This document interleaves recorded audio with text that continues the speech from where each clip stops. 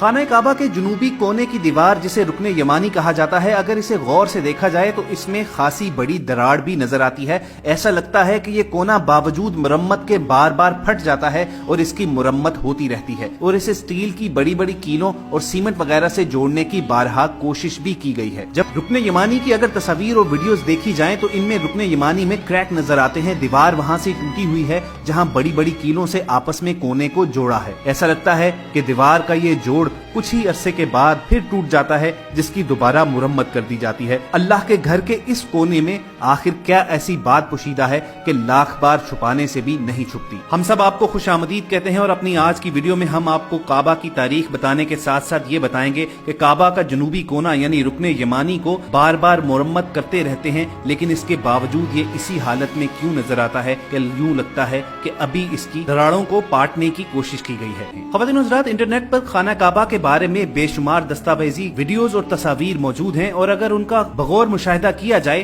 تو آپ کو یہ بات حیرت میں ضرور ڈبو دے گی کہ جدید سائنس اور ٹیکنالوجی کے دور میں بھی خانہ کعبہ کا جو کونا ٹوٹا ہوا تھا اس کی درست انداز میں کبھی بھی مرمت نہیں ہو سکی۔ حیرت اس وقت دوچند ہو جاتی ہے جب یوٹیوب پر بھی خانہ کعبہ کی ویڈیوز دیکھی جائیں جن میں رکن یمانی کی بھی ویڈیوز شامل ہیں، اس میں بھی حقیقت میں رکن یمانی میں کریک ہیں اور دیوار وہاں سے ٹوٹی ہوئی ہے جسے بڑی بڑی کیلوں سے آپس میں کونے کو جوڑا ہے۔ ایسا لگتا ہے کہ دیوار کا یہ جوڑ کچھ ہی عرصے بعد جڑنے کے پھر ٹوٹ جاتا ہے۔ رکن یمانی کی مرمت کا کام قدیم تاریخ سے جاری ہے اور اب بھی ہوتا رہتا ہے۔ خدا کے گھر کے اس کونے میں آخر کیا ایسی بات پوشیدہ ہے جو لاکھ بار چھپانے سے بھی نہیں چھپتی؟ تاریخ کا مطالعہ جاری رکھیں تو پتہ چلتا ہے کہ رکن یمانی سے متعلق تواریخ میں اور بھی بہت سی باتیں درج ہیں۔ سب سے پہلے آپ کو بتاتے ہیں کہ خانہ کعبہ کے اس کونے یعنی رکن یمانی کے بارے میں رسول اکرم صلی اللہ علیہ وآلہ وسلم کا ایک فرمان ہے۔ حضرت عبداللہ بن عمر رضی اللہ تعالیٰ فرماتے ہیں کہ رکن یمانی پر دو فرشتے ہیں جو وہاں سے گزرنے والی کی دعا پر آمین کہتے ہیں۔ اسی طرح رسول اکرم صلی اللہ علیہ وآلہ وسلم کا فرمان ہے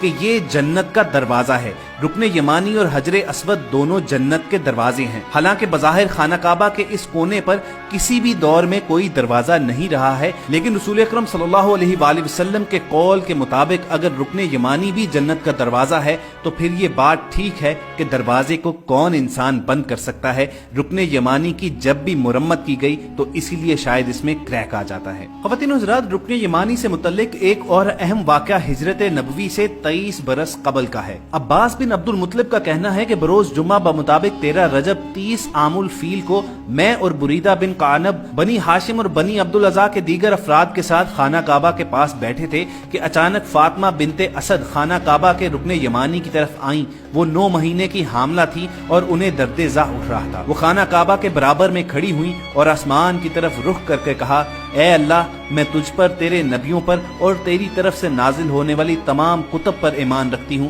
میں اپنے جد ابراہیم علیہ السلام کے کلام کی اور اس بات کی تصدیق کرتی ہوں کہ اس گھر کی بنیاد انہوں نے رکھی، بس اس گھر، اس کے معمار اور اس بچے کو جو میرے شکم میں ہے اس کی پیدائش کو میرے لیے آسان فرما۔ عباس بن عبد المطلب اور بریدہ بن قعنب کہتے ہیں کہ جب فاطمہ بنت اسد نے یہ دعا کی تو خانہ کعبہ کی پشت کی دیوار پھٹی اور فاطمہ بنت اسد اندر داخل ہو کر ہماری نظروں سے اوجھل ہو گئی۔ ہم نے کعبہ کے دروازے کو کھولنے کی کوشش کی تاکہ ہماری کچھ عورتیں ان کے پاس جا سکیں، لیکن در کعبہ نہ کھل سکا۔ اس وقت ہم نے سمجھ لیا کہ یہ امر الہی ہے۔ فاطمہ بنت اسد 3 دن تک خانہ کعبہ کے اندر ہی رہیں اور یہ بات اتنی مشہور ہوئی کہ مکہ کے تمام مرد و زن کئی دنوں تک گلی کوچوں میں ہر جگہ اسی بارے میں بات چیت کرتے نظر آتے تھے۔ خواتین و حضرات، رکن یمانی کے بارے میں 5ویں صدی کے عالم ابن مغازلی اپنی کتاب میں زیدہ بنت قریبہ سے روایت کرتے ہیں کہ 13 رجب 30 عام الفیل کو میری ماں ام عمارہ بنت عبادہ صحن کعبہ میں کچھ عرب عورتوں کے ساتھ بیٹھی تھی کہ ابو طالب غمگین حالت میں ان کے پاس سے گزرے تو میری ماں نے ان سے پوچھا کہ اے ابو طالب، آپ کے کیا حال ہیں؟ ابو طالب نے مجھ سے کہا کہ فاطمہ بنت اسد درد زا سے تڑپ رہی ہیں۔ یہ کہہ کر انہوں نے اپنا ہاتھ ماتھے پر رکھا ہی تھا کہ اچانک محمد صلی اللہ علیہ وآلہ وسلم وہاں پر تشریف لائے اور پوچھا کہ چچا، آپ کے کیا حال ہیں؟ ابو طالب نے جواب دیا تو پیغمبر نے ابو طالب کا ہاتھ پکڑا اور فاطمہ بنت اسد کی طرف گئے، پھر دونوں کا ہاتھ پکڑ کر کعبہ میں چلے گئے